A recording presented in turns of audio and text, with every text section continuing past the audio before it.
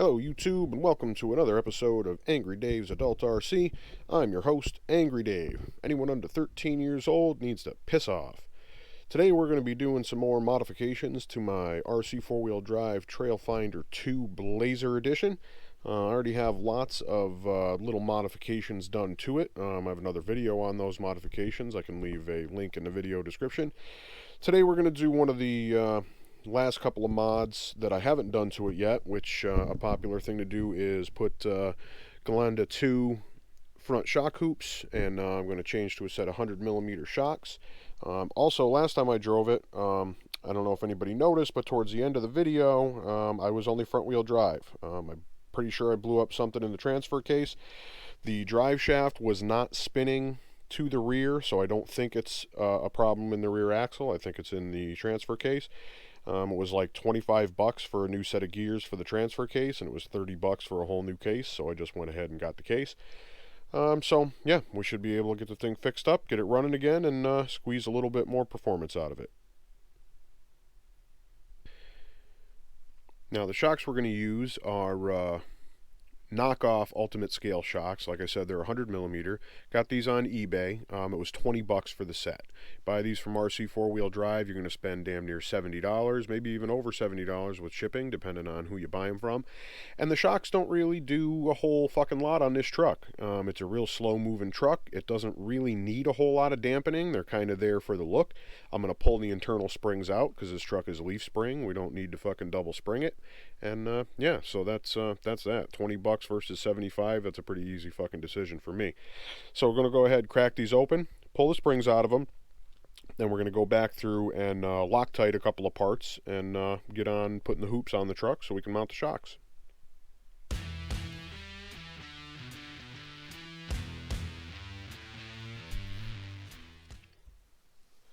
going to go ahead and put in a little Tamiya shock grease just to make sure these things aren't too loose because they're not oil-filled shocks.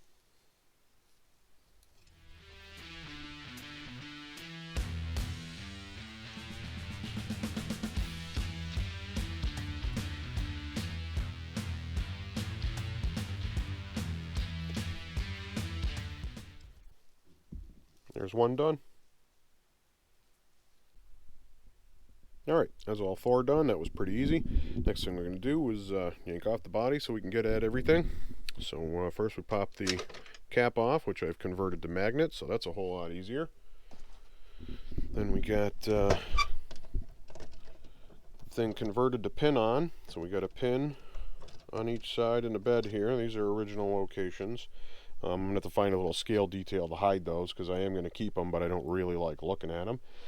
And the other ones, this has a body lift, and if you look up in here with a little bit of light, you can see I converted the front piece of the body lift to pin on, so that all you do is reach up in there and yank a pin on either side and the body comes right off.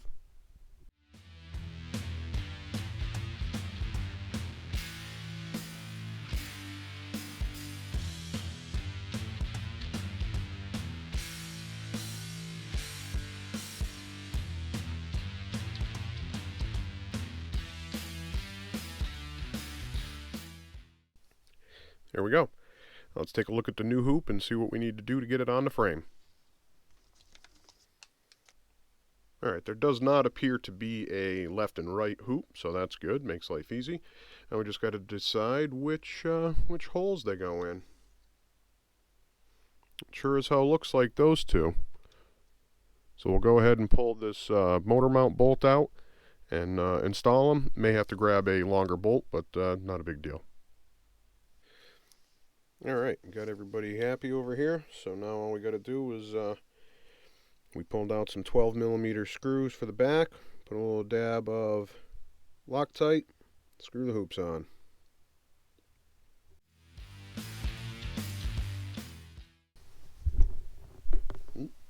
Knock the fucking camera over.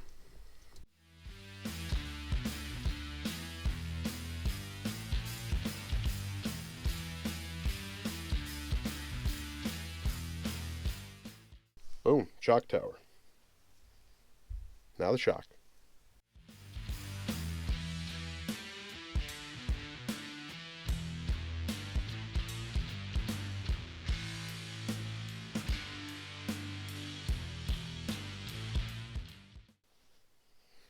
Alright, looks like we're going to need a new set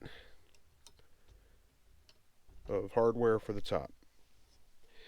Alright, we got some hardware going here. What we needed was two 1mm spacers, or a 2mm spacer if you got one, a 14mm M3 screw, and an M3 nylock nut.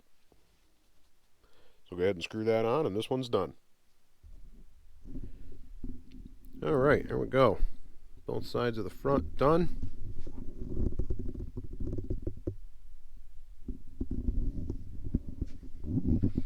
Time to move on to the rear. Alright, the rear should be pretty straightforward. We're just changing the shocks. There's no reconfiguration or anything like that. If it looks like any kind of mods over and above that become necessary, then we'll tackle them if we have to.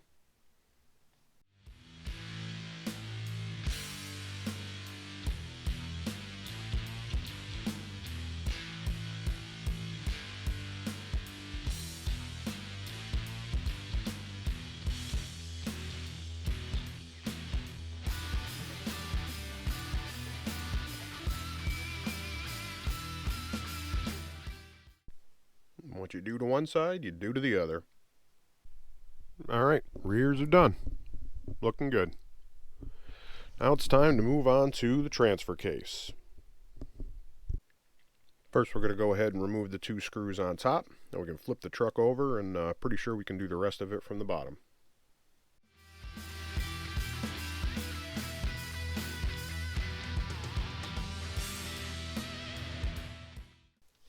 Anytime screws go into metal, and I'm pretty sure there's going to be Loctite on them, try to crack them free by hand first. If you just ram a driver in there and start hitting the trigger, that's a great way to strip shit out. Alright, let's flip this bitch over.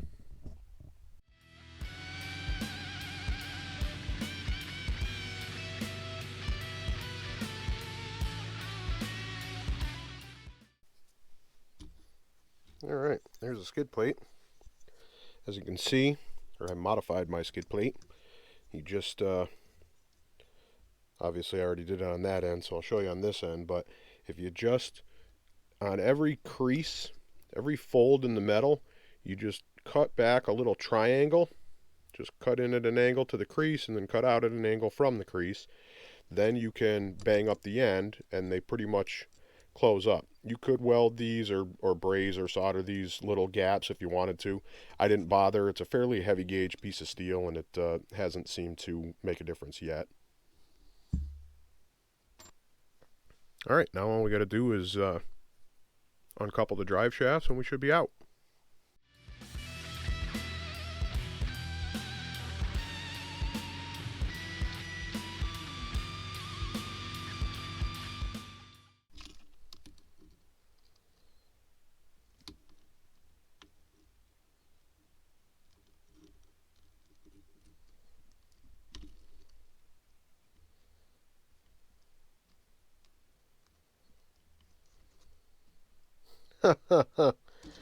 What an asshole. It is certainly beginning to appear like I bought a transfer case for a loose grub screw. Probably should have fucking checked that first. Alright, so yeah, it looks like we were just dealing with a loose grub screw. I don't know if this is focused or not, but you might be able to see that stripe on this output shaft.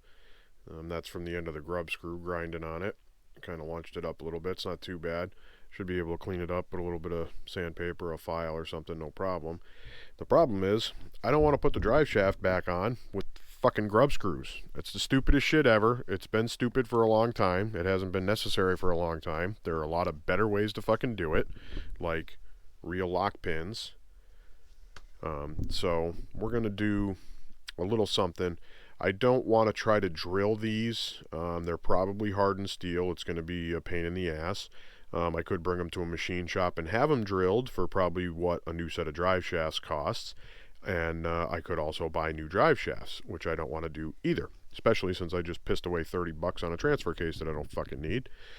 So what I think I'm going to do, since I want to get a pin in there and these are the right thread, they don't go all the way through. So I think I'm just going to shorten the pin some. I'm going to grind some off the end of the pin so that it will still go into the shaft and I can still fucking tighten it down. We'll put a fuck ton of Loctite on it, and we'll see how long that lasts. I don't want to put too much money into stock drive shafts because they're probably going to fail eventually and get upgraded, and then it won't really be a problem anymore. But I don't want to be fucking chasing grub screws around all the time when I'm driving this truck either. So we're just going to buzz down the end of those fucking lock pins and screw them in. Alright, we're going to buzz 3mm off of these fuckers.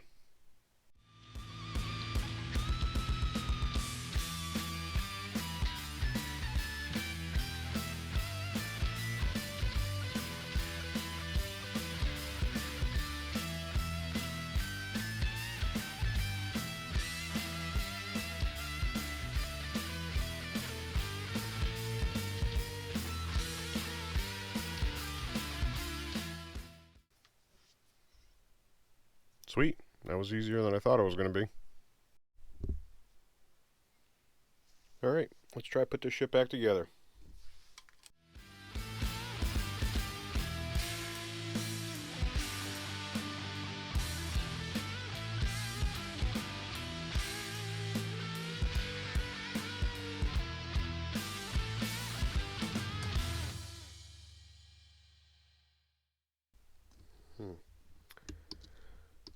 Might have a little bit of an issue here. Come on, you fucker.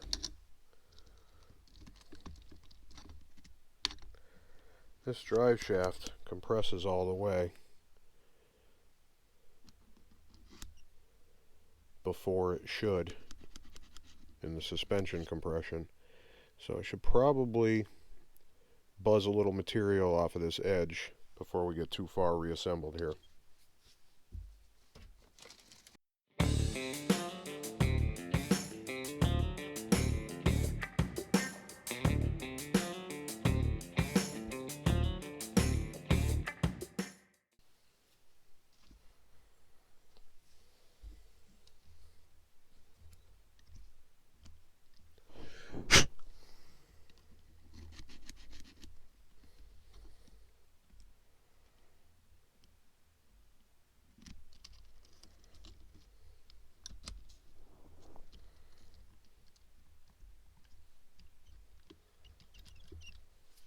Alright, that doesn't appear to have done shit. Time to break out the saw. Alright, we're ready to try this again. So, we took a little material off the end of this, and then re-tapered the inside there, made a little cone shape. It's like that so that it matches the cone shape here on the end of the drive shaft, right here. We had to take a little bit of material off of this too, so it would go in all the way, otherwise it doesn't really do any good. So, let's see how it fits.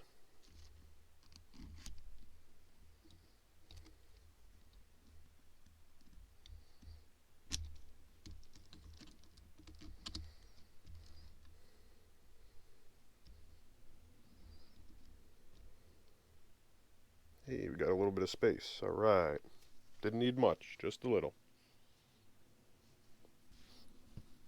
So now we take our crazy new pin.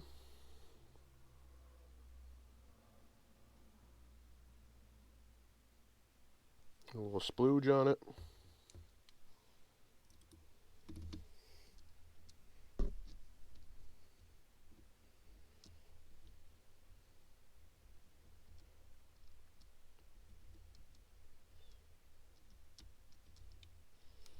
Where the fuck's the hole?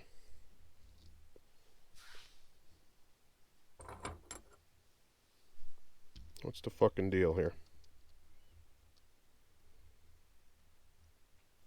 Just trying to be a pain in my fucking ass.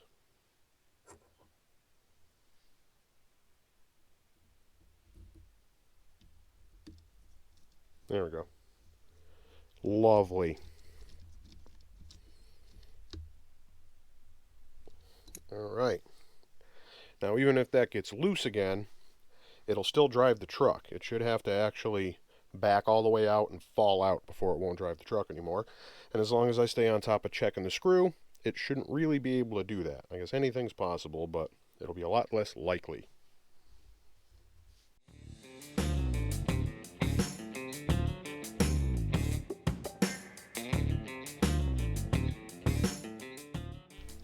Yay.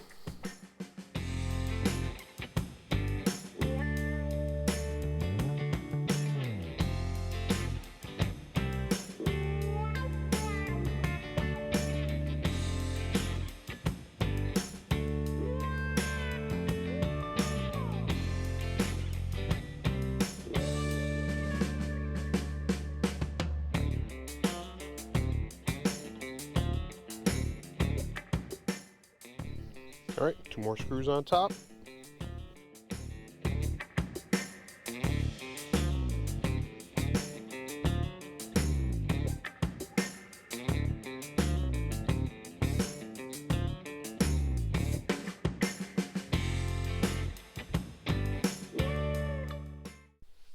Boom. Fucking done. Alright, so there we go. Little suspension modification and a little driveline repair for our Trailfinder II. Everything went fairly smoothly and turned out pretty good. Still kind of pissed that I had to buy a transfer case that I didn't need, but that just goes to show you, diagnose your problem before you buy your fucking parts. Otherwise, you end up looking like an asshole. Anyways, don't forget to subscribe. Hit the notification bell so that you can see our videos as soon as they get uploaded. If you like this video, go ahead and smash that like button. Share the video with a friend. Check us out on our new social media pages. And we'll see you next time on Adult RC, where grown-up time is playtime.